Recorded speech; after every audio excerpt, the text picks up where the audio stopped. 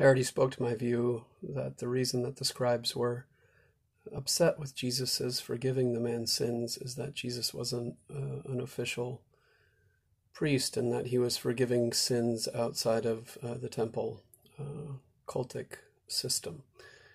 And so now, continuing, Jesus is going to prove his authority to forgive sins. But so that you may know that the Son of Man has authority on earth to forgive sins, he said to the paralytic, I say to you, stand up, take your mat, and go to your home. And the man stood up, and immediately took the mat, and went out before all of them, so that they were all amazed, and glorified God, saying, we have never seen anything like this. So question 5, Jesus' response to questioning his authority to forgive sins is what his response is to show them that he does have this authority, and he shows it by healing the man. And the response of the people is to be amazed at what happened before their eyes, and to go out and to glorify God. And so the last question is, what are you going to do in response to hearing this news?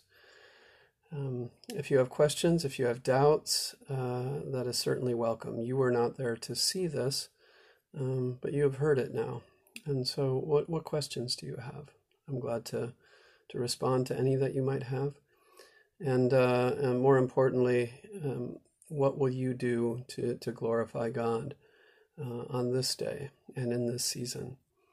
To glorify God means to bring God to light. So how are you going to bring God to light inside others? How are you going to magnify God? Because everyone has been made in the image of God, and the Spirit of God is deep inside all.